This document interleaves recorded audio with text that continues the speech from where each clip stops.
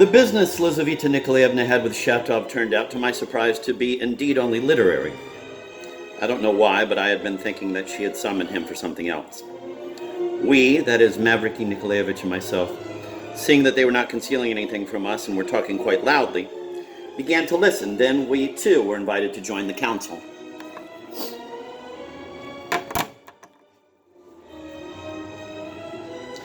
The whole thing was that Lizaveta Nikolaevna had long since conceived of publishing a, in her opinion, useful book, but being completely inexperienced, she needed a collaborator.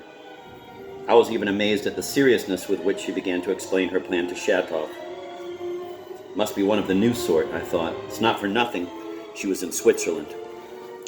Shatov listened attentively, his eyes fixed on the ground, not surprised in the least that an idle society girl should undertake affairs seemingly so unsuitable for her. The literary undertaking was of the following sort. A multitude of metropolitan and provincial newspapers and other journals is published in Russia, and these report daily on a multitude of events. The year goes by, the newspapers are everywhere stacked up in bookcases or turned into litter, torn up, used for wrapping things or for hats. Many of the facts published produce an impression and remain in the public memory, but are then forgotten over the years. Many people would like to refer to them later, but what an effort it is to search through that sea of pages, often without knowing the day or the place or even the year when the event occurred. And yet, if all these facts for a whole year were brought together in one book with a certain plan and a certain idea, with a table of contents, an index, a classification by month and day, such a combined totality could present a whole characterization of Russian life for that whole year, notwithstanding the extremely small portion of facts as compared with all that had happened.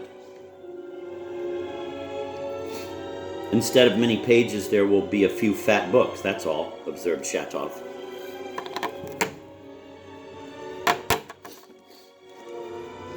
But Lizaveta Nikolaevna hotly defended her project in spite of its difficulty and her inexperience in talking about it. There should be one book, and not even a very fat one, she insisted. But even supposing it were a fat one, still it would be a clear one, because the main thing was the plan and the way the facts were presented. Of course, not everything was to be collected and reproduced. Government decrees and acts, local directives, laws, all facts of that sort, though important, could be entirely omitted from the proposed volume. A great deal could be omitted, and the choice could be limited only to events that more or less express the personal moral life of the people, the personality of the Russian people at a given moment. Of course, anything could be included: curiosities, fires, donations, all sorts of good and bad deeds, all sorts of pronouncements and speeches, perhaps even news about flooded rivers, perhaps even some government decrees as well, but with the choice only of those things that portrayed the epoch. Everything would be included with a certain view, a direction, an intention, an idea, throwing light on the entire whole, the totality. And finally, the book should be interesting even as light reading, to say nothing of its being an indispensable reference work. It would be, so to speak, a picture of the spiritual, moral, inner life of Russia over an entire year. Everyone should want to buy it. The book should become a household item, Liza kept affirming. I realize that the whole thing depends on the plan, and that is why I'm turning to you, she concluded. She was quite flushed, and though her explanations were obscure and incomplete, Shatov began to understand. So the result would be something with a tendency, a selection of facts with a certain tendency, he muttered, still without raising his head. Not at all. There's no need to select with a tendency. There's no need for any tendency, just impartiality. That's the only tendency. But there's nothing wrong with a tendency, Shatov stirred, and it's impossible to avoid. As soon as at least some selection reveals itself, the selection of facts will in itself indicate how they are to be understood. Your idea isn't bad. So that means such a book is possible? Liza rejoiced. We'll have to see and think. It's a huge matter. One cannot invent something all at once. Experience is necessary. Even when the book is published, we'll still hardly know how to publish it. Maybe only after many trials. But the idea is nearly there. A useful idea. He finally raised his eyes, and they even shone with pleasure. So interested he was. Did you think it up yourself? He asked Liza, gently and as if bashfully. But it's not too hard to think it up. It's the plan that's hard, Liza smiled. I don't understand much, and I'm not very smart. I only pursue what is clear to me. Pursue? Maybe not the right word? Liza inquired quickly. It's a possible word, never mind. It seemed to me that even abroad that I, too, could be useful in some way. I have my own money, and it just sits there, so why couldn't I, too, work for the common cause? Besides, the idea came somehow suddenly by itself. I didn't sit thinking it up. And I was very proud when it came. But I saw at once that I couldn't do it without a collaborator because I don't know how to do anything myself. The collaborator will, of course, become co-editor of the book. We'll go half and half. Your plan and work, my original idea and the means for publishing it. The book will pay for itself, won't it? If we hit on the right plan, the book will go over. I warn you that it's not for the sake of profit, but I wish very much for the book to sell, and I'll be proud of the profit. Well, and what does it have to do with me? But it's you I'm asking to be my collaborator. Half and half. You will work out the plan. What makes you think I'm capable of working out the plan? I was told about you, and I heard here, I know you're very intelligent and occupied with important things, and you think a lot. I was told about you by Peter Stepanovich Verkovensky in Switzerland. She added hastily, he's a very intelligent man, isn't he? Shatov gave her a momentary oblique glance, but at once lowered his eyes. And Nikolai Vsevolotovich also told me a lot about you. Shatov suddenly blushed. Anyway, here are the newspapers. Liza hastily snatched up from a chair a stack of prepared and tied up newspapers. Here. I've tried to mark some choice facts to make a selection and add numbers. You'll see. Shatov took the bundle. Take it home and have a look. Where is it you live? On Bogoyevlensky Street in Filipov's house. I know. I've heard there's also some captain who, it seems, lives next to you. A Mr. Lebyetkin, Liza went on hastily as before. Shatov, holding the stack of papers in his still outstretched hand, sat there for a whole minute without replying, staring down. Why don't you choose someone else for this business? I won't be of any use to you, he said finally, lowering his voice somehow terribly, strangely, almost to a whisper. Liza blushed. What business are you talking about? Mavriky Nikolaevich? She cried. That letter, please? I went up to the table together with Mavriky Nikolaevich. Look at this, she suddenly turned to me, unfolding the letter in great agitation. Have you ever seen anything like it? Please read it aloud. I want Mr. Shatov to hear it too. With no little astonishment, I read aloud the following epistle. To the perfection of the young Miss Tushin. Dear Lady, Elizaveta Nikolaevna. Oh, what a lovely vision is Elizaveta Tushin, when she flies side saddle with her relation, and her locks share the wind's elation, or when with her mother in church she bows, and the blush of reverent faces shows.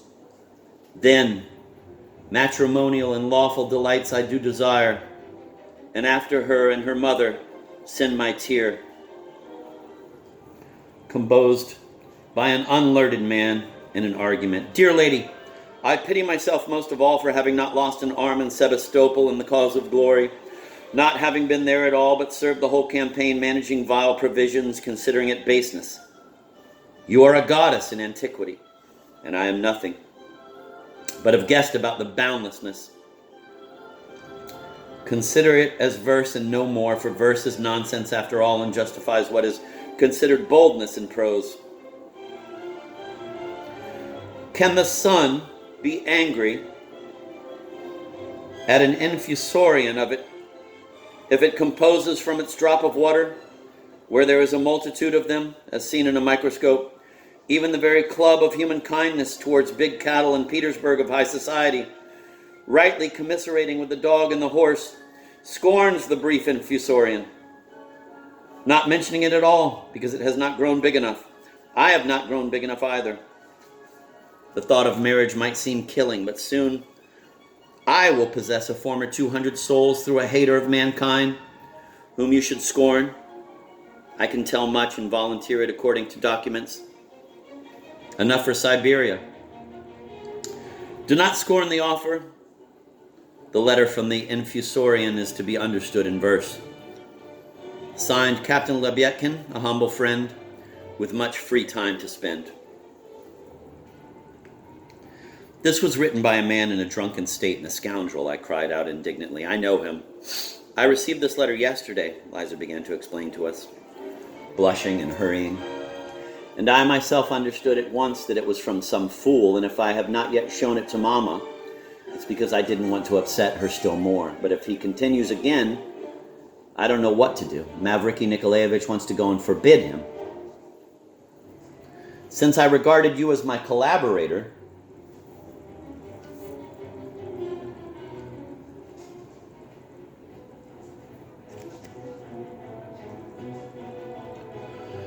she turned to Shatov, and since you live there, I wanted to ask you so as to be able to judge what more can be expected from him. He's a drunk man and a scoundrel, Shatov muttered, as if reluctantly. And is he always such a fool? Oh no, he's not a fool at all when he's not drunk. I knew a general who wrote exactly the same kind of verses, I observed, laughing.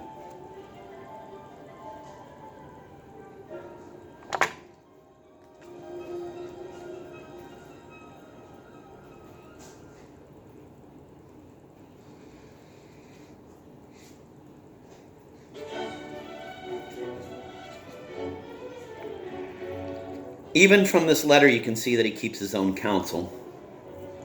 The taciturn Mavriky Nikolaevich unexpectedly put in. They say there's some sister there, Liza asked. Yes, a sister. They say he tyrannizes over her. Is it true? Shatov again glanced at Liza, scowled, and grumbling. What do I care? Moved towards the door. Ah, wait, Liza cried out worriedly. Where are you going? We still have so much to talk about. What is there to talk about? I'll let you know tomorrow. But the main thing, the printing. Believe me, I'm not joking. I seriously want to do it, Liza went on, assuring him with ever-increasing alarm. If we decide to publish it, where will we have it printed? That is the most important question, because we won't go to Moscow for it, and the local printer is impossible for such a publication. I made up my mind long ago to start my own press, in your name, let's suppose, and I know Mama would allow it if it was in your name. And how do you know I can be a printer? Shatov asked sullenly. But Peter Stepanovich, still in Switzerland, pointed me precisely to you as one who could run a press and was familiar with the business. He even wanted to give me a note for you, but I forgot. Shatov, as I recall now, changed countenance. He stood there for a few more seconds and then suddenly walked out of the room. Liza got angry. Does he always walk out like that? She turned to me. I shrugged, but Shatov suddenly returned, went straight up to the table, and placed on it the bundle of newspapers he had taken. I won't be your collaborator. I have no time. But why? Why? You seem to have become angry, Liza asked in an upset and pleading voice. The tone of her voice seemed to strike him. For a few moments he studied her attentively, as if wishing to penetrate to her very soul. It makes no difference, he muttered softly. I don't want to, and he left for good. Liza was completely struck, somehow even excessively, or so it seemed to me. A remarkably strange man, Mavriky Nikolaevich loudly observed,